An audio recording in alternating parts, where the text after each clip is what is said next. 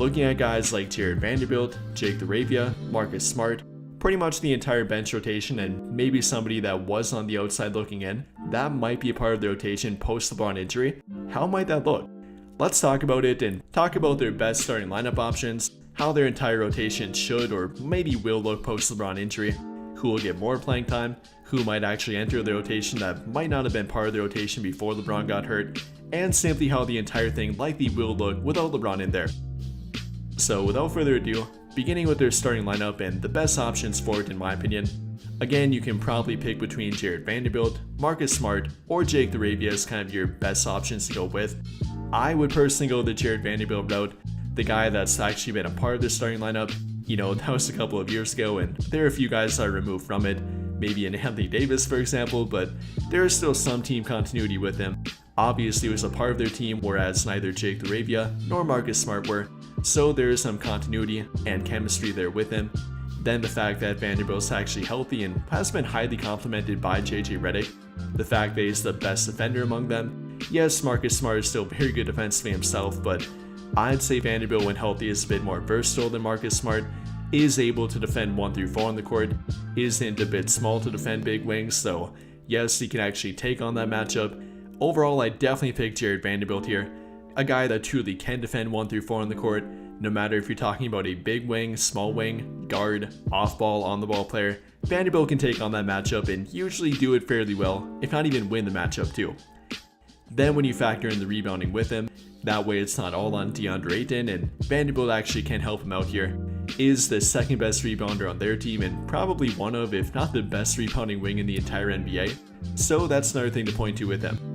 The only real drawback with Vanderbilt being offense obviously, isn't a very reliable offensive player, isn't a good 3-point shooter, maybe is improving a bit, and we've seen a little bit of that throughout training camp, both from what we've seen from on-court footage and simply from what the team and Redick have talked about, but he's obviously not proven yet.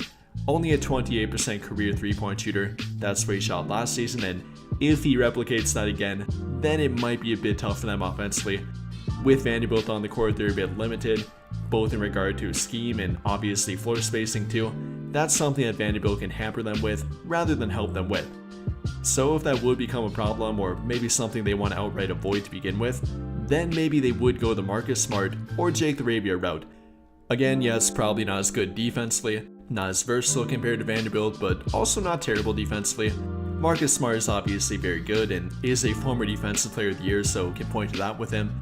Is a good point of attack defender, maybe not the best option for a big 6'8" plus wing matchup, but overall would not hurt them defensively, would be a decent option that's also pretty good offensively. You know, also isn't the best 3-point shooter, but is better than Jared Vanderbilt. On top of that, can be a ball handler, can be a secondary playmaker, so that'll be a benefit with him compared to Jared Vanderbilt. You could point to that and maybe go with him, but then again, he also has his own fair share of injury issues, is currently dealing with an Achilles tendinopathy that they're trying to be careful with and probably not trying to push him too hard yet. You know, that might factor in here and maybe might want to make them choose a different option, whether that be Vanderbilt or maybe Jake LaRavia over him, so they simply don't have to push him too hard and put him into a pretty big role to begin the season. So that's kind of the argument against Marcus Smart and or even Jared Vanderbilt a bit, again mainly offensively. And if that's kind of the route you'd want to take, pointing to the negatives with them and why you would not want to go with them, then maybe you might go the kind of intermediate option, that being Jake LaRavia. A guy that's pretty good offensively and decent defensively, maybe not as good as Vanderbilt or Marcus Smart defensively, but is a bit more reliable than them offensively, and especially in regard to 3-point shooting. Coming off a career best 42% from the 3-point line last season, is a very good off the ball threat, is an efficient catch and shoot guy, also has good size at 6'8", 6'9" nearly, is a decent defender, maybe not the most reliable option quite yet, but does fit the 3-and-D mold the best between the three of them. If you'd want to point to that and make your argument with that, then you actually could pose a pretty good argument for Jake LaRavia to be the one picked here. But regardless, that's only the first part of fixing the problem. Yes, filling the 5th starter is something they do need to do and do have to make a decision on, but actually organizing the rotation and the entire minute distribution with them is the much more pressing need here. Not only with the 5th starter, but with the entire rotation, how to find the rest of the rotation and the best fit for it. With the 32 to 34 minutes that LeBron would typically play for them, how is that going to pan out?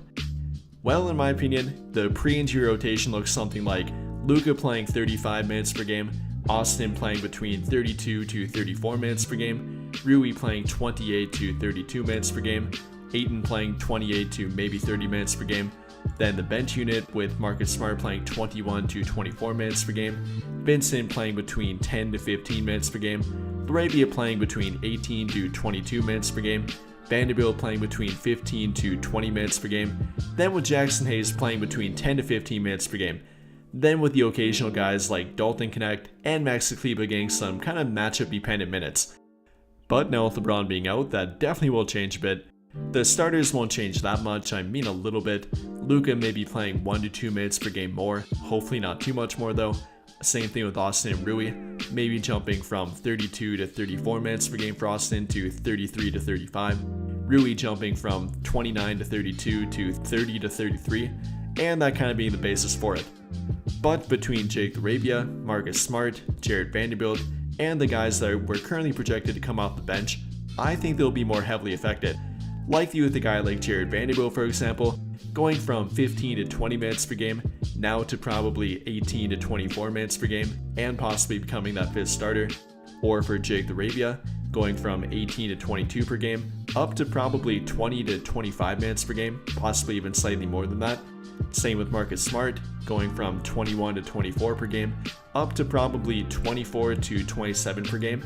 That's probably what we're looking at here with those three. Or even for a guy like Gabe Vincent or Jackson Hayes, even those two will be affected. Vincent likely going from a borderline rotation player at 10 to 15 minutes per game, now to playing a more steady role of 12 to 17 minutes per game. Same with Hayes going from 10 to 15 minutes per game, probably looking at maybe 12 to 17 per game here, as he might even get some playing time at power forward here and there in some matchups. Or even looking beyond those guys, the 10th rotation spot's now being opened up, something we talked about, and if they do run a 10-man rotation, then that's now a new opportunity for somebody like Dalton Knecht, or maybe Maxi Kleber, possibly going between both of them in different matchups. Let me know your thoughts about it, what their new look rotation should look like post LeBron being hurt in the comments down below. But I think that'll pretty much do it for this one, and if you enjoyed the video, then I'll greatly appreciate it if you dropped a like, subscribe to the channel if you have not already, and hit that notification bell to never miss out when I upload a video. But as always, thank you for watching and have a great day or night.